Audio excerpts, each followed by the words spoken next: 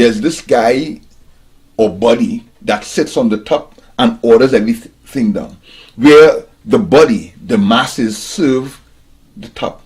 The church flips it over, and the board, the leadership, is serving the body. Whatever we do is to serve the body, so to speak. So that principle that flips everything over is key to how church authority and leadership is handled, is supposed to present itself.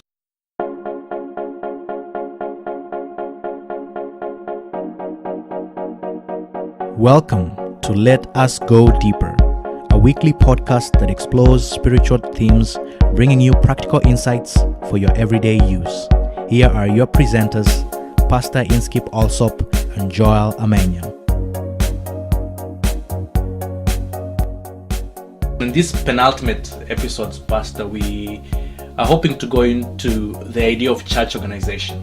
Yes, that's a very deep pool we need to swim in, because we are in a church, and almost every church today is organized.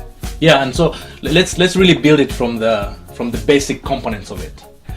One statement that you've kept rehashing and kept restating in this season of the podcast is this idea that whenever you put two people in a room, conflict is bound to arise, and that if we adopt a mindset that accepts that reality, we can have the kind of posture that doesn't go into conflict and gets sort of ambushed, and then is more reactionary. But we can go into conflict set to make the best of it, to even see it as an opportunity, as we said.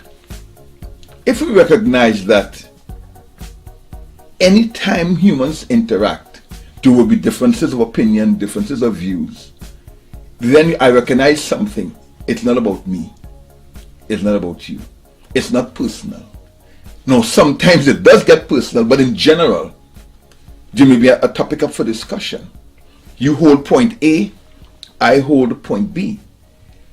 If I understand that this difference of opinion is part of the process by which we truly understand and get into each other's minds and truly communicate so that we can come to a common view, then I don't take your disagreement personally. So that concept that you put two human beings in any room, after a while there will be conflict, allows me not to take it personally and to deal with the issue and not transfer the issue into the person, so to speak. Yeah, and so now as we think about organization, that is really putting many human beings together. Yes. And the problem or the possibility of conflict is compounded. Yes. In fact, that is why we organize. Organization springs out of the interrelation between human beings. It is the natural outgrowth if we want to continue working together, being together. So notice something. Organization springs up as a reality of how do we keep this thing going. Then it takes on a certain shape and size. So anyone who comes in afterward comes into this already defined space. And in order to remain as part of this organization, one has to operate within that space. Right. Yeah, and so I think even as we think about organization and talking about the space that it creates, it's also, there's also a sense in which organization is bringing people to a place, not so much so that they can just agree to one position, but to create a framework through which these different positions and perspectives can be managed and, fruitfully harvested for the betterment of the group. Yes, that is ideally what organization should be and should do. Unfortunately, sometimes organization, the institution, usurps the position of servant and becomes master. Let me repeat that. Oftentimes, the institution, the organization, usurps the position of leader or master instead of being servant. So organization exists to serve the body politic, be it a social group, a religious group, a national group, whatever it is. organization is the servant, often it becomes master. When it becomes master, it becomes tyrannical, and that is when people have no opinion. I cannot disagree with you, I have to toe the line. But if it's a servant, it allows us to have that space to operate and to clarify our vision and our mission. Yeah, and even as you speak about organizations generally, it's clear, and there's evidence that a lot of the successful organizations in the world today, even outside of the church, are those that seem to really manage conflict and disagreements in a meaningful way and really resolve them in a way that lifts everyone up and not create an environment where everybody has to toe the line, as you were saying. So I think there is something to be said about the nature of the organization in and of itself being able to facilitate a growth out of it and not becoming tyrannical, as you were saying. Jesus says to his disciples, I have given you the keys to the kingdom. You are my church. Matthew chapter 16 verse 19. He says, I give you the key. What you loose on earth is loose in heaven. What you bind on earth is bound in heaven. I've given you this key because I found my church. That word church, ecclesia, the called out ones, already begins to lend itself to an idea of organization, of structure. He also said the laws of the Gentiles, the leaders of the Gentiles, he said lord it over their people and exercise mastery over them. He said, but among you, it will not be so. You shall all be brothers. He also said, he that is greatest shall be the least. Yes. And the master should be the servant. Mm-hmm. In John chapter 13, he says, look, I am your leader. I am your master. And yet I have washed your feet. So ought ye also to wash each other's feet. So Jesus, in establishing his church, is also establishing parameters around which they should operate, an organization. What he's saying is, in this organization called the church, these are the principles. Yes. This is the framework through Yes. which you operate. Right. So, Pastor, you bring up a whole set of issues that I think we're going to have to go into as we try to understand church Right. as an organization. Because I think, even as we talk about organizations generally, church as an organization is unique in the way it's set up. Yes. And some of the things that make it unique are some of the things you have rehashed. But at the core of it, what makes church as an organization unique as compared to these other organizations? Because the principles by which it runs is opposite to what normally runs in any organization. In the earth, we have a pyramid. There's this guy or body that sits on the top and orders everything down. Where the body, the masses, serve the top. The church flips it over. And the board, the leadership, is serving the body. Whatever we do is to serve the body, so to speak. So that principle that flips everything over is key to how church authority and leadership is handled, is supposed to present itself. Secondly, the term brother and sister, we mentioned that before, is also crucial, in that most organizations we are identified as the Red Cross or the Republican Party, or we are the Salvation Army, or some other thing that binds us. In the church, it's the brotherhood of faith. So you're my brother. You're my sister. That sense that we are family is another difference in terms of church organization, because now we treat each other not simply from a legalistic, organizational, these are the rules perspective. Hierarchical. This creates a very lateral, a very horizontal Yes. kind of community and relationship within A the body. freeness, Yes. because we treat each other freely in our family. And an equality of sorts. Yes, equality of soul, because even though I may be the oldest brother, I don't really lord it over my younger brother. In fact, I protect them. I'm big brother to protect my young brothers. So that difference of perspective of who you are is also something that is unique within the church. But remember this, even if we consider ourselves family, and even if authority within the church is not exercised in the same way as it is in earthly organizations, there is organization, there is structure, and there is authority. So we're not here talking about this free-for-all, do as you like sort of environment. Because even in families, there is structure. Yeah, it's the question is really, is the structure there to facilitate the kind of model the church is trying to establish? Right. Or is it actually doing the very opposite? That is the key. Is the structure serving the body, or is the body serving the structure? In other words, whatever we do, we have to preserve this system. If we have to kick some out, if we have to suppress others, if we have to make rules that everyone should follow, it is about serving and keeping this machinery running. Right. Let's go back to the Bible. Acts chapter 15. There's a crisis that's taken place. This unity that has been established within the church when Pentecost came is being threatened by false doctrine, by an attitude of salvation that is contrary to what Jesus Christ had established. What do the disciples do? They come around the table of fellowship and discussion, and they begin to go back and forth, letting Scripture explain Scripture, looking to see what the principles are that they should follow. Finally, they say, we believe we have come to a conclusion. It seems good to the Holy Spirit and us. James says in Acts chapter 15 that we should lay no burdens on the Gentiles except to stay away from blood and food offered to idols and stuff like that, sexual immorality. And the Bible says it seemed good to everybody. What was the next step? Do you remember what was the next step?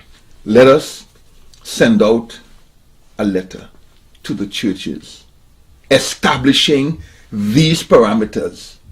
The Gentiles should not be harassed by the Judaizers, but should be allowed to enjoy the Christian experience with these conditions. Stay away from immorality, from idolatry, from blood, etc. That is the first official step and sign of church organization that we see in the New Testament. Right. Yeah, so it seems to me, and just to go back to where we started, that the nature of organization, because it's bringing a lot of people together, is bound to have a complexity to the conflict that is experienced. I'll say differently. Without organization, it becomes more complex. Organization reduces complexity and confusion by establishing parameters. You go into a job. The first day you're walking there, your boss, your manager says, "Hey Joel, this is how we do things here. You are going to be responsible for A, B, C. This is how we do it." That takes away a lot of stress from you, a lot of room for confusion, and it allows you to continue running in pace with others. Right. Because you know what to do and what you shouldn't do. He may say, "Joel, if someone comes, you have this amount of authority. If it goes beyond that, then you step it up to me. And when it goes to him, if it's bigger than him, moves it up." Right. Mm-hmm. That takes away from you a lot of, what should I do here? Because everybody has an idea of how things should be done. You ever thought about that? Everybody has an idea of how things should be done. The Tower of Babel. When that common goal was lost, we saw what happens. Everyone had his own idea, and therefore we split up. Those who agreed with what I was saying went with me, and those who agreed with what he was saying went with him, and those who agreed went with him. But everybody has an idea how things should be done. But there is one way in which it should be done. So organization allows me to know what is expected of me, what I should do, how it should be done. It creates an environment of order. As long as the spirit of the mission and the goal is never lost, an organization serves the body rather than vice versa. And that's the ideal situation, because I think when we look out into reality, the church seems to struggle with the very concepts we are laying out here. This principle of the leadership serving the body. And the fact that, Pastor, it seems to me that as much as organization is meant, the church organization is meant to bring harmony, is meant to bring a shared direction and a space from which things can be resolved more meaningfully, and more constructively. It seems to me that the opposite has occurred within the body. In what sense? That conflict is not getting the kind of resolution you will expect within proper organization. What do you see happening? Much more disagreement, doctrinal issues, organizational issues, structural issues. There's a lot more discord that seems to emerge in organizations. And I'm wondering, is it because maybe we have missed the model that you're stating that Jesus established for how we should run church? Or is it because we have not set up the framework to really serve the purposes the church is meant to serve? That's a complex question for this reason. Normally, we are disunited. We agree with that. And everybody has an idea of how it should be done. Organization exists to create a space of security, of safety, and order that says this is how it is best done. I like that word. This is how it is best done. But then it's also not established to just conform everybody. Right. So this is where, as an organization grows, needs change. Just as when you grow, your needs change. When you were a baby, all you needed was milk and your diapers change and you're happy. But as you grow older, there's solid food. Now you need shoes to run about and play. As you grow, your needs evolve and change. Mm-hmm. Well, the same thing happens with organizations. As it grows, the needs change. So what is done, what is the best way to do it also evolves. So the problem happens when we get locked into how it was done 50 years ago or 40 years ago, or how it was done in China, or how it was done in America, forgetting that, hey, I'm living in Kenya. I'm living in Japan. And now this is 2018. That is where crisis comes and conflict comes and they're not resolved. So you're saying when organizations don't evolve and are not contextualized, yes, issues arise.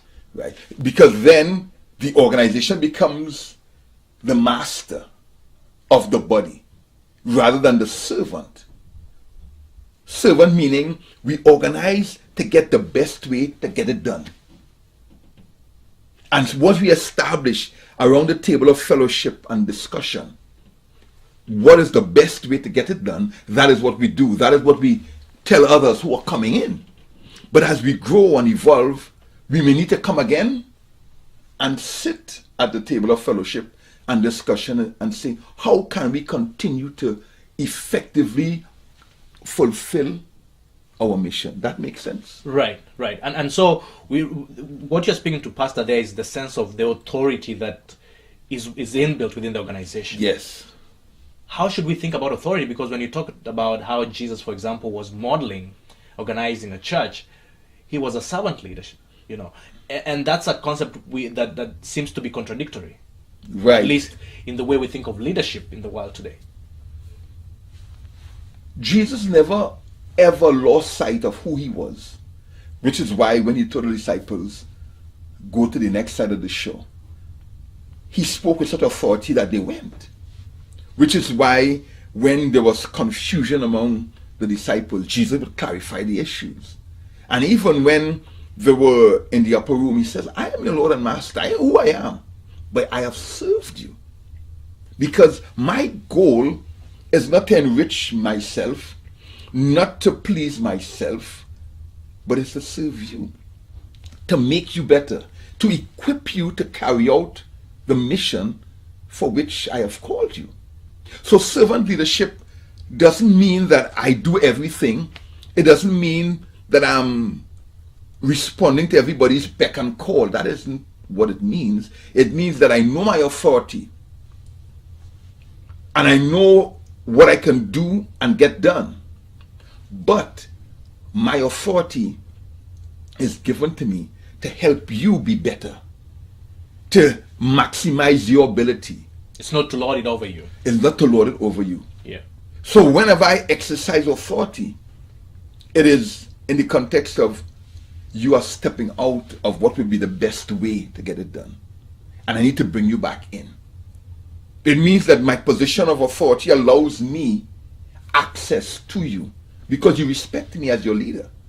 And that respect allows me to speak to you, to minister to you in your weakness, to guide you in your confusion. And I'm standing by your side, showing you this is the way. And in a moment where you are in danger, I stand before you and I take the bullet, I take the blows, but I protect you. See how Jesus protected his disciples. Whenever the scribes and Pharisees were banging on these guys' heads, Jesus would come and defend them, say something that would back off the others. And then in quiet, he would say, no, this is how you should have related to this. And they say, when they want to see, Jesus stood up and said, be quiet to the winds and the waves, so his disciples could be saved from drowning. When they were hungry, notice Jesus used his authority and his power always to benefit, to protect, to bless, to instruct, to guide. That is what we mean by servant leadership. My authority is to allow me access to you to guide you and make you best. And so the organization, the structure protects me and protects those who come in from external forces and clarifies their vision of their mission and their goal. That is what organization should be and does, if it's running the way God wants it to run. What is the reality of the church today as compared to what you have just expressed? Is authority being used in the way Scripture set out for us? Sadly, it isn't always being used. In fact, in most churches have a hierarchical structure in which the president of the organization or the pastor or the leaders lord it over their people. They milk them for their money, milk them for their service. They clamp down on any voice that should be raised up in questioning, well, are we sure this is what we want to do, or this is how it should be done? They clamp down on these people. That is sad. And it has caused the church to be stunted in its growth in the world. That attitude of clamping down on a dissenting voice. Jesus never did that. He listened, but then he explained and he guided and he showed what should have been, what should be. That is what leadership should do today. And even in what you're saying, leadership also plays the role of setting the example of what is expected of every other member. You know, and one of the more famous statements about leadership is that good leaders are always creating leaders. Yes, and that is what Jesus did. He created 12 leaders who themselves created Other leaders. Other leaders. But you know, the threat of this unity always hangs upon any group, organized or not, which is why organization becomes that protective shield. I keep saying that because it allows us to grow and to develop in a safe place. It is like taking your children to one of these game places and they have these padded walls so the kids can run and they bounce and they jump and they slide, but it's padded and it's a safe enclave. And once they're in that place, they are secure. It's secure. They could run and bounce and laugh and fall. It's prepared for them. Organization should be that for us. A place to run and jump and learn and fall and laugh and rise and as we grow and learn. But then the idea is there's a moment which comes that we outgrow this space. But in the meantime, when there is danger, this is when all the leaders, because of their position, can detect and see the attacks that are coming in and decide, how do we strategize to prevent this from happening? The table of fellowship and discussion is key. Another tool is discipline. A lot of people don't like that word when it comes to church. And this is a tool to be used within the organization to maintain its harmony. Yes. Mm-hmm. Just as you will take that eyelash that falls into your eye and is burning your eyes. You can't rest until you wash it out. Just as that nail or that thorn that pricks your finger, you can't rest till you take it out. Just as your body expels that tainted food, a church has the duty to expel that tainted element from itself. The poisonous. Yes. So discipline is necessary, but there's a process by which discipline should be carried out. Because let's be honest, there are some people who are just own way. You heard my words, right? They're just own way. They just want to do things the way they see it. Is that someone you want to keep around? I'm asking you. Not necessarily, Pastor. I mean, I think to the extent that they cannot participate in trying to find ways of working with everybody, they become an obstacle to actually growing the kind of unity that we are seeking. Yes. So then how do you determine that this element is a noxious, is a toxic element that needs to be expelled?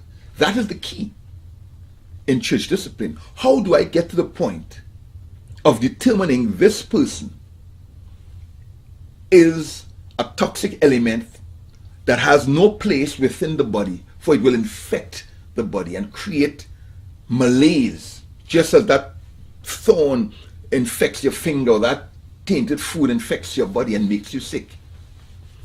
This is why the process of discipline is established by Jesus in Matthew 18. It's a great passage, 15 to 20, Matthew 18, 15 to 20, for dealing with conflicts on an individual level, on an organizational level, on any relational level. He says, first of all, go to your brother and explain. Try to clarify things between you two. The idea being to win your brother over. He says, if that doesn't work, take an elder or two with you. Again, to hear the two positions, to be arbiters. If that doesn't work, he said, take it to the church. And if that doesn't work, then treat that person like a Gentile, like a tax collector, as something foreign to the body. And on a structural level, someone comes up with a doctrine, an idea, a philosophy that doesn't fit the parameters of what the church believes is truth. Then you go and say, Brother Joel, you've been saying, tell us what these you are. And so you give your views and say, no, that doesn't sound right. Let's sit. You call some others. Then you have a round table and we discuss the issues. At that point, if you insist, and instead of subjecting your single view to the view of the brethren after they've studied and shown evidence, and instead of that, you're going to people and injecting them with your theory. I don't agree with that. I think at that point, any church organization or any organization that is worth its what? Worth its salt, yeah. Its salt would then have to eject that unruly, divisive member. Yeah, and Pastor, yeah, because I think we have also to establish a framework that ensures that we are not just kicking out people because we personally disagree with them. And that is why I said we sit around the table of fellowship with the leaders, discussing back and forth before making that decision. Yeah. Allowing each one to speak freely, openly, and giving due diligence to what is said. We don't simply say, no, that can't be because we never believe that in our church. We don't just say that. We listen. We listen to what evidences you give, as the people in Berea did. They heard the word with all gladness and then they went and they studied. So I don't simply reject what you're saying because it doesn't sound like what I have believed or what I have said. I listen. I accept it as coming from a sincere place in your heart, as possibly even truth. I listen and I say, wow, there's something in this. And I take down all your references and I check it out. I say, then we call others in and we discuss it. But if after this kind of discussion and openness, the body politic says, Brother Joel, we have sat on this thing, we have tossed it up and about, and we don't see light, even with all the evidences that are present. Truly being a member of the body, truly being united with the rest of the body would dictate that you step it down. And if within yourself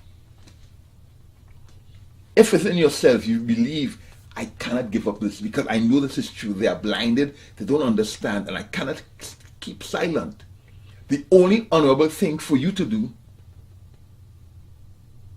would be to voluntarily leave. Recuse yourself, as this word they say, because you have become a dissident element. You have become someone who cannot give your all to the cause. You have become someone who cannot give your best towards the vision that has been cast.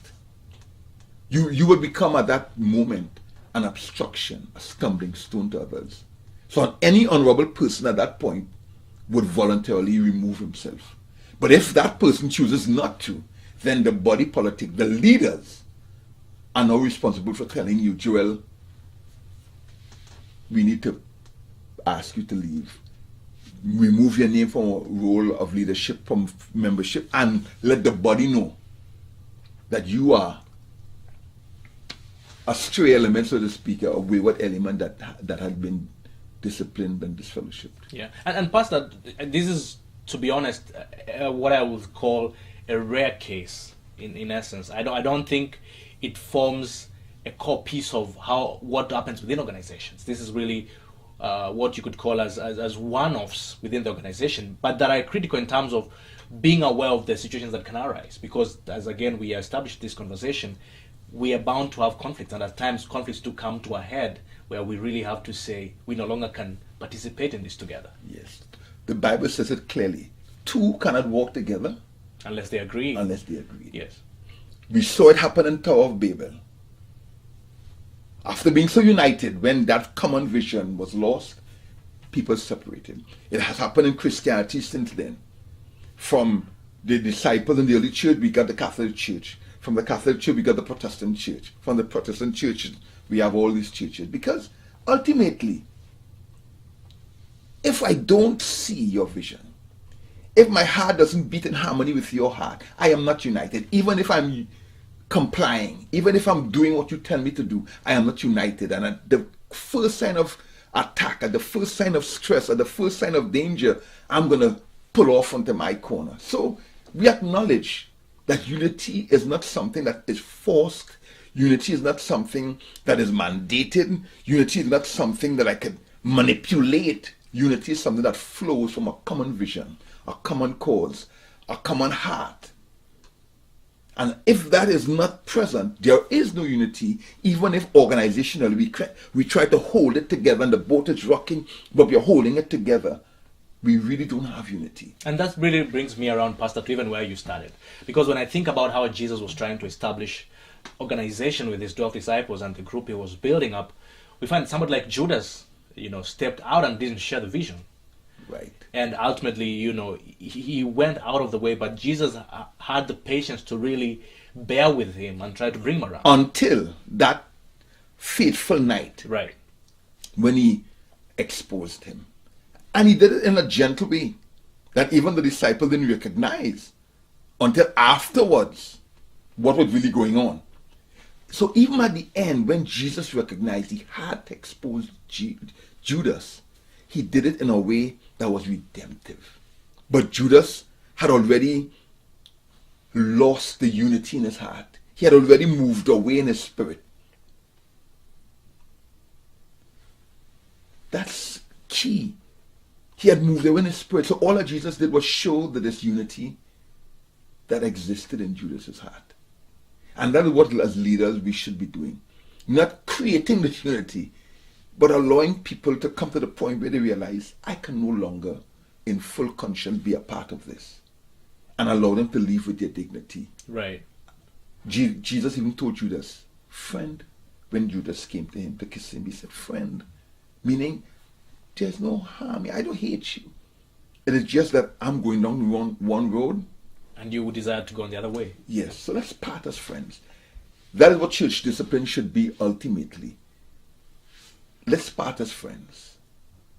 And maybe when you're out there on your own, as Paul says, and you realize I'm outside in the cold, it will drive you to come back to the body. And we are always willing to embrace you. Yeah. That doesn't always happen, but at least let's remember this. Organization exists to preserve the unity that has been created by that common vision, and to keep it from attacks, and give us a safe space to operate, and give us a sense of what should be done, what is the best way to get it done. But organization needs to grow and evolve with the body to continue to be effective towards fulfilling that goal. Right. And whenever organization becomes stunted, and remains here, even as the body grows and develops here, it is no longer serving the body, but it now has become the master, usurping the position of the body. Mm-hmm. And then the body serving it. When that happens, the body dies spiritually. True unity dies. And you end up with conformity and compliance and laws and rules.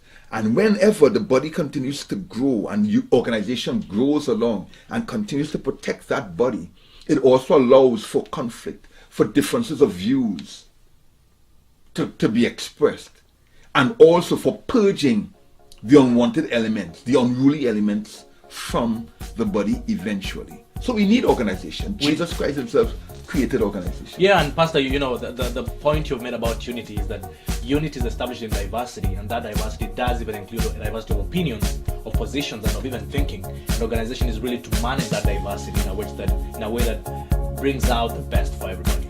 I love it, the best for everybody. Thank you.